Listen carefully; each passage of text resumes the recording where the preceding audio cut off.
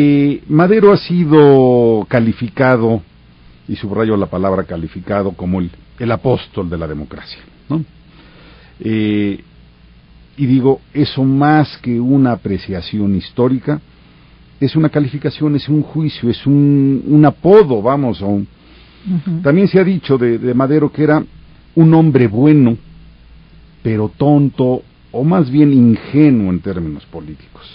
Bueno, decir que era un hombre bueno es un juicio moral, decir que era un hombre ingenuo es un juicio psicológico, pero la verdad es que ninguno de estos, ni el juicio psicológico ni el juicio moral, son juicios históricos. Entonces, lo que tenemos que hacer, amigos, para entender a Francisco I. Madero es realmente analizarlo históricamente, y analizarlo históricamente significa analizar su contexto y sobre todo analizarlo en sus diferentes etapas, en sus diferentes momentos. Comencemos a analizar a este Francisco I. Madero durante su etapa de vida privada. Nació en 1873 en una hacienda de la familia, la Hacienda del Rosario, en la zona de Parras, en la región lagunera. Madero, nuestro Madero, se educa con los jesuitas de Saltillo. Su relación con los jesuitas también tiene sus momentos. Parece ser que incluso simpatizó con ellos. Dicen por ahí que llegó a comentar sus deseos de hacerse miembro de la orden jesuita, pero luego se distanció, empezó a criticar a los jesuitas al grado de que cambia el segundo de sus nombres. Constantemente la gente pregunta este asunto a los alumnos: ¿en qué consiste, a qué significa, a qué se refiere la I de Madero? Bueno, Francisco Ignacio Madero, pero luego, después de su experiencia de haber sido educado con los jesuitas, lo cambió a Francisco Indalecio. Así que cuando una gente dice Ignacio, cuando una gente dice Indalecio, los dos están correctos. Después de haber sido educado con los jesuitas, fue enviado a Baltimore. La familia Madero, recuerden ustedes, una familia muy moderna, con realmente una ubicación económica muy muy fuerte a todo lo largo del noreste, con una relación con Estados Unidos económica fuerte también. Entonces envió la familia a Francisco a Baltimore a que estudiara ahí su high school, y luego fue enviado a París a que estudiara algo que en aquel entonces se decía de una manera muy bonita: teneduría de libros, que equivale a ser quien lleva los libros de las empresas, los contadores. Ajá. Era saber llevar los libros de cuentas, era contador. Y entonces luego regresó al continente americano y fue enviado a estudiar agricultura a California. Así que Madero tiene una educación profesional espléndida. Además, sus calificaciones eran muy buenas. Amigos, no era tonto ni era ingenuo, era un hombre muy inteligente, y sus calificaciones y luego sus resultados como empresario y luego como político lo van a demostrar. Además de esta educación profesional, Madero se trajo lo que toda la gente que va a estudiar fuera o lejos de su región, puede uno decir: voy a ir a estudiar a la Ciudad de México. Uno siempre adquiere educación extracurricular,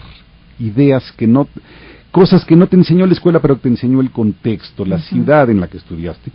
Y Madero, en la Francia de finales del siglo XIX, una Francia de la Tercera República, la Francia republicana, encontró dos cosas además de su carrera de tenedor de libros. Uno, el espiritismo.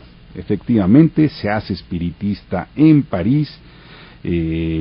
No voy aquí a entrar en la discusión de si ya llevaba inclinaciones. El caso es que por documentos sabemos que empieza a leer mucho de espiritismo de la vía Allan Kardec ahí en Francia, y esto le va a generar una idea muy optimista, una confianza enorme en la humanidad, en el progreso de la humanidad, en la naturaleza buena del ser humano.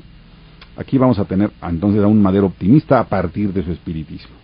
Pero también en la República Francesa de finales del siglo XIX, Madero admira y se siente realmente envidia el igualitarismo y el republicanismo de los franceses. Luego pasa a Estados Unidos y también adquiere una cultura extraescolar, extracurricular, se deslumbra frente a la democracia norteamericana, esta vida política que va de abajo hacia arriba, y también les sorprende de Estados Unidos este amor por el progreso, por la modernización, este respeto, esta admiración por los inventores, por los desarrolladores de tecnología, en fin. Llega a México entonces Madero, además de con sus títulos, con la cabeza bullendo de ideas políticas, republicanismo, democracia, igualitarismo, de ideas económicas, modernización y de ideas bondadosas, de espiritismo. Ese es el Madero que regresa al país a finales del siglo XIX.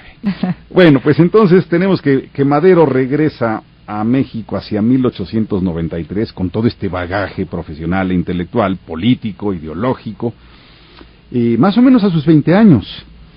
Y su padre y su abuelo, don Evaristo, le asignan un negocio en este consorcio familiar, le asignan negocios algodoneros.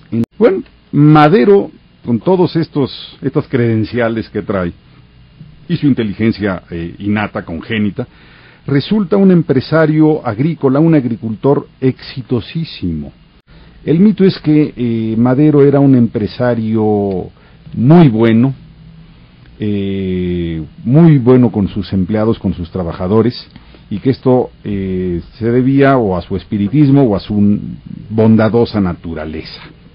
Daba buenas condiciones económicas, yo diría Madero y la familia Madero, buenas condiciones laborales, buenas condiciones de vida cotidiana, digamos, los lugares donde dormían los empleados y demás. Ahora, cierto es que Madero rebasó lo que se conoce como un empresario bueno, paternalista. Él mismo se preocupaba y atendía la salud de sus trabajadores. Él mismo llevaba, digamos, cuadernos con hojas clínicas de sus trabajadores. Él los recetaba, además de espiritista, era chochero, era homeópata. Entonces les daba sus chochos.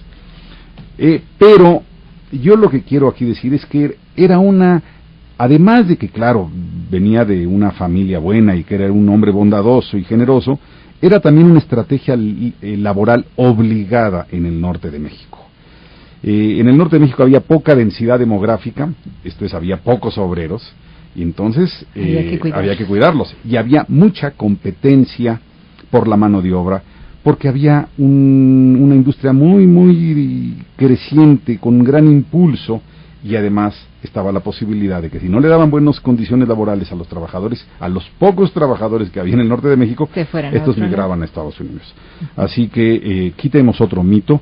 Sí, había una naturaleza bondadosa, pero también había una estrategia de conservar la mano de obra en esa zona del país escasa y competitiva.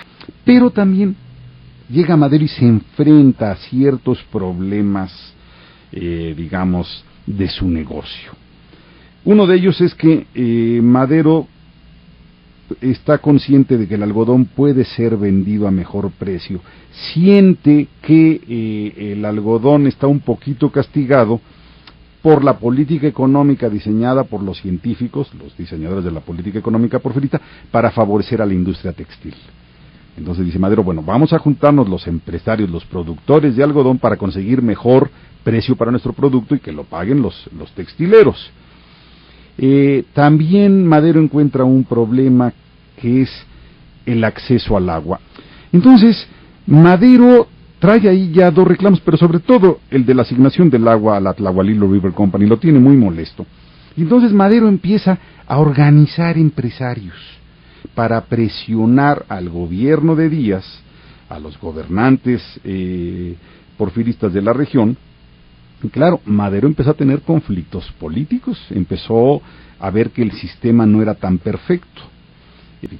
Entonces ahí se empieza, digamos que, a generalizar, a radicalizar su postura frente al gobierno de Porfirio Díaz. En otras palabras, y repito lo que dije hace rato, amigos, Madero empieza a tener problemas concretos, económicos, de nacionalismo, y no tiene como única motivación, sí, para lanzarse a la política, el amor por la democracia, el amor por la patria. Hay también asuntos concretos.